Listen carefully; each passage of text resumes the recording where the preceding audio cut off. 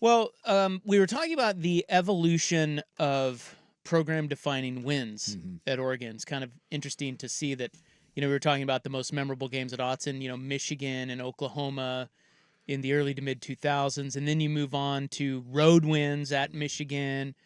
You move on to then big playoff wins, Florida State, win a Rose Bowl, a couple Rose Bowls. Yeah. And then and you play for a couple championships, don't get those, but then a couple years ago you win at Ohio State, just like different program defining wins. One that we didn't put in there that might be worth mentioning, a couple people have brought up, is the game at Autzen against Stanford. Yeah. In 2010. There were some great ones. Because the Jim Harbaugh and Stanford was kind of the kryptonite to what Oregon did. Remember, everybody here was pretty sensitive about, Stanford will just punch you in the mouth. They're more like they're built like the Big Ten SEC teams, and you can't beat those teams. And Harbaugh came in here, and I don't know I know that the score was 31-24 at half, Stanford. And even earlier than that, it was 21-3 Stanford. Yeah, and I remember that. And I remember that everybody being like, oh, boy, here we go. And then Oregon outscored them 28-0 in the second half and beat them 52-31. Yeah. That was a big one to kind of get that sort of Stanford monkey off your back, because at that time that was a heated battle with Stanford. When I remember growing up, like obviously, I was raised in the church, and so BYU was a big deal. I remember in 1990, BYU was like 3 or 4 in the country, and Ty Detmer had won the Heisman Trophy and was back, and they came into Autzen Stadium as a top 4 team in the country, and Oregon got him good. Someone on the Vancouver Ford text line said that was the highest ranked home win in Ducks history. Yeah, so there you go. Were they? I'm not sure what the ranking was, but they said BYU 1990 was. Yeah, they were highest ranked team that they beat at home. Yeah. Like I said, they were top 5. I want to say they were 3 or 4. Was USC ever number 1 when they? I was there when USC was number 1 and beat the brakes off of Oregon with Reggie Bush, but I don't know that they've beat USC when they've been, I think, a top 10 team, but I don't think a top 5 team. So, yeah, it's one of those where I think, win or lose in this game, I think most rational Duck fans, it's a little bit like we've been there, we've done that. And you should. I don't think that's a bad thing. I think that's a good thing. I'm not saying not to storm the field or whatever, but I don't know. Dare I say that if you fancy yourself the program that I think you do, these should be expected wins. Like when you're the number 3 team in the country and you're playing at home, you expect to win. I don't think this should be one of those like, oh my God, we beat Ohio State. It should be more along the lines of, we think we're a national title team. We're playing at home.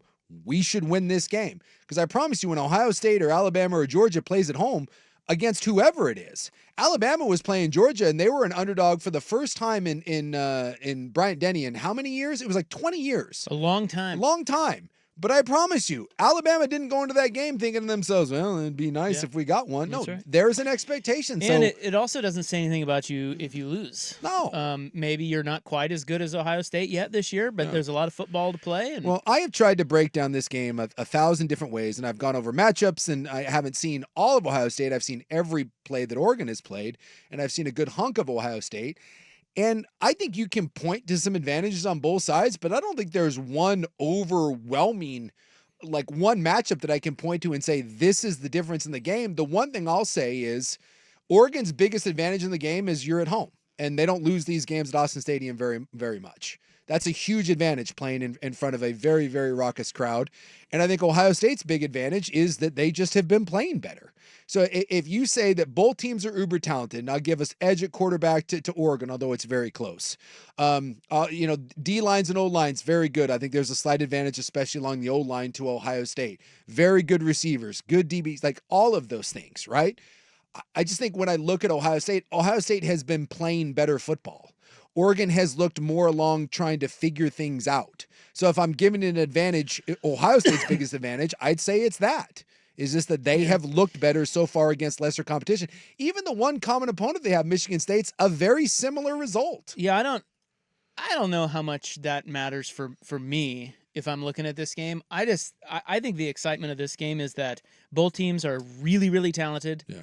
And we don't really know how good either of them is because or either of them are. Sorry, haven't really been tested because they haven't really been tested, and so it's fun to lace them up and just see what happens. I can't quite get my head to a place where I believe that Oregon is as talented as Ohio State. Yeah. They may be. I don't know. We're going to have Bartu on probably tomorrow, and I can't wait to hear what he says about this. I know Ohio State's loaded, but everybody's been telling me how loaded Oregon is, and I know they haven't played as well, but that doesn't matter to me as much as, hey, how much talent is out there on the field on Oregon side compared to Ohio State's? And I don't know if this is right, but and maybe this is just why they're 4-point favorites, and this is it. It basically boils down to this. Ohio State just has just a little bit more talent than Oregon. I happen to think that that's probably true. Yeah. I don't know if that's true. It doesn't mean Oregon can't win. Yeah.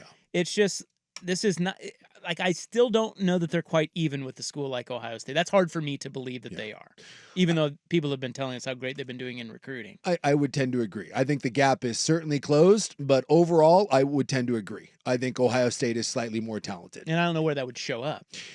Maybe depth? Depth, I think at the receiver position, like, I know Oregon's receiving room is ridiculous, but outside of Tez Johnson, I think Oregon has a little bit of a tendency to be Tez heavy. Where Ohio State spreads it out a little bit more. I think Oregon has very good backs. I think Ohio State, the two backs they have are better pure runners. They're stellar. They average 7.9 yards to carry, those two guys. And we've seen Oregon get bogged down at times. We haven't really seen Ohio State get bogged down at times, though I thought Iowa did a nice job in the first half, but Ohio State still ran roughshod through a very, very good defense. So like I said, to me, it just, there's a few things that I lean slight towards Ohio State. The one I think that could be interesting in this is I think Oregon's D-line, if Oregon wins, I think it'll be their defensive line. This is the sort of game that I think you've been building towards with this O-line, and I thought I would have said this about the O-line, but I just can't, even though it's gotten better. The one thing that gives me a lot of confidence for Oregon is that D-line. The one thing that scares the life out of me for Oregon is the offensive line, because we've seen the offensive line the last couple of weeks look really good since making the shift, but they've also played against bad fronts.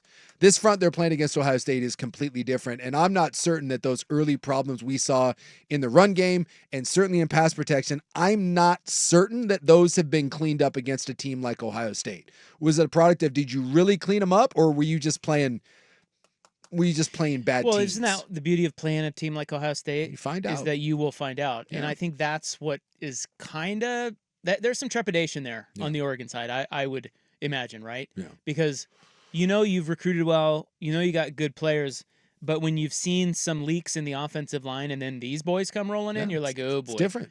And so that's where Joey Harrington, we've talked to him a couple weeks about moving the pocket and, sort of really keeping the defense off balance so they can't just pin their ears back and kill your quarterback. Yeah.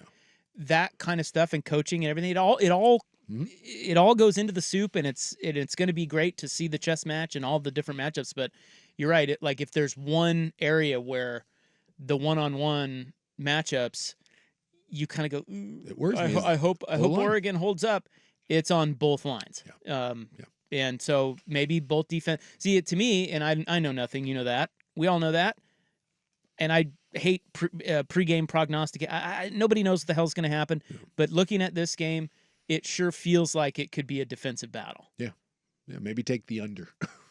Well, I don't know about that. What is the over/under? I haven't looked. But that's probably 56.5. 56. Oh, that's fine. I was gonna say that's probably reflected in the line. Yeah. Vegas isn't stupid.